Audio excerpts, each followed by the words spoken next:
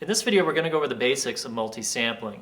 I'm going to sample 4 notes out of a classic Roland Juno 60, and then from those 4 notes, turn that into a complete multi-sampled instrument that we can play in the Fantom-G just like any other patch. Okay, so to begin, I'm going to make sure that my input is set for my sampler. And in this case, I'm using the 1/4 inch input of the Fantom coming in from the Juno 60. So I have my line in and check my audio level of my Juno 60.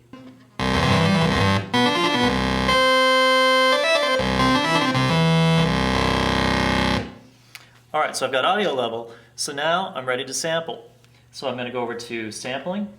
I'm going to press F1 for sampling, press F2 auto trigger, and then make sure F3 trim switch is also set to on.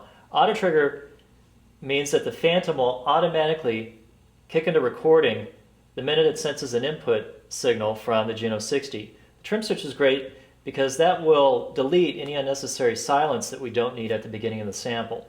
And now we're ready to start sampling. So I'm going to start with middle C, C4, and then sample all my subsequent notes that I need for my multi-sample. So here's C4.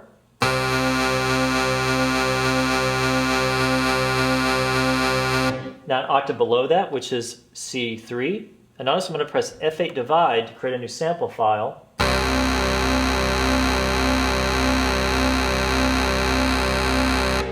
Press F8 divide for my next sample. I'm going to sample now C5.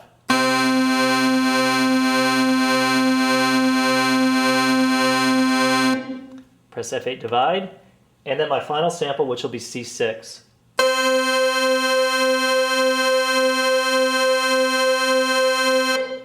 And press stop. And here are my samples. So here's my first sample, which is my middle C, and my next sample, which is an octave below middle C, and now an octave above middle C, and then 2 octaves above middle C.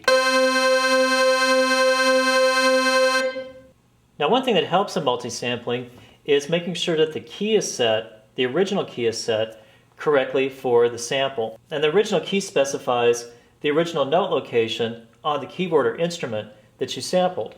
So in this case, my first sample from the Juno 60 is C4, middle C. Go to my next sample, which was an octave below middle C. So let's set the original key for that to C3. So I'll press enter, and I can go through the list, and I can select C3. We'll go to our next sample, which will be an octave above middle C, and let's set the original key for that to C5. And then finally, for our fourth sample, which is 2 octaves above middle C, so we'll set that to original key to C6. All right, and notice that each of our samples has a check mark by it, which means the samples have not been saved in memory yet. So if we want, we can go to sample list, and next you'll want to save your samples to memory.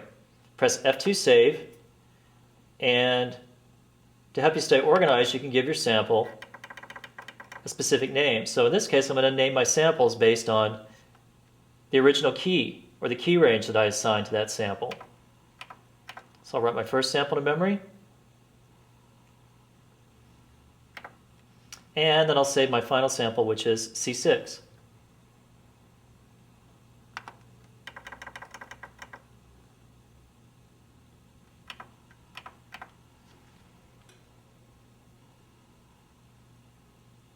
All right, so now we have our samples saved to memory. So next we're ready to build up our patch. So to do that, we press Patch, press F4 Utility menu, and press Patch Initialize because we want to start with a brand new empty patch.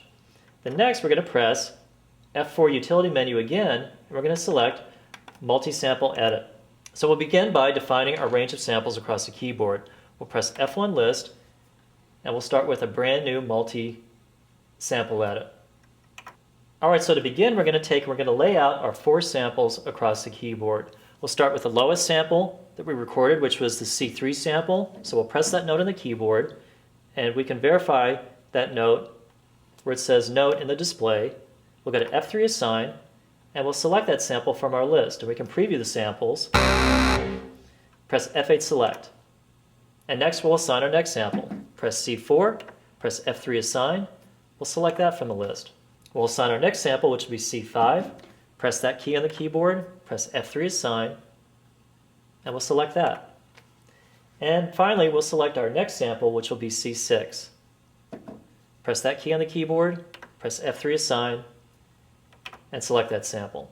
But now we need to define the range between each sample. So to do that, we go back to the lowest note on our keyboard, hold that down, and then press an octave above, which would be B3. Press F3 assign, and then we select the same sample again, which is C3. And next we'll define the C4 range. We'll hold down C4, and we'll press B4 above that.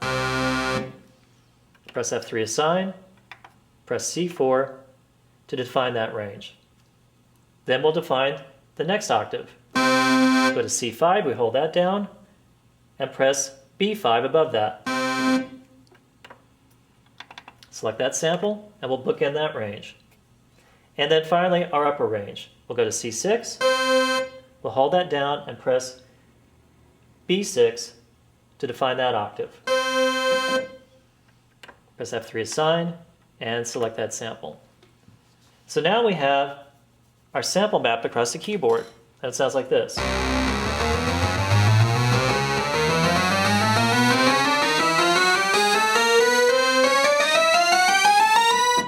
So now that we have our multisample defined, we want to write that to memory, so we'll press write.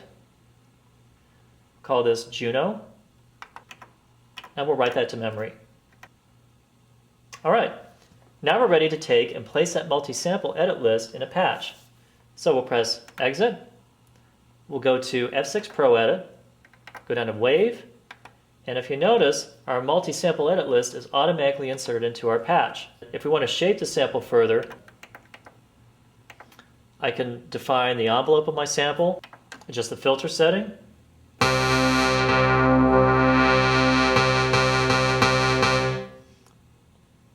add effects.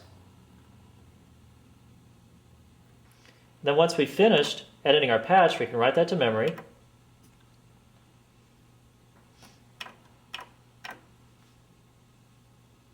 And we can use that in a song now. Go to Patch. We'll go to our user bank of patches, and we can sequence that into a song.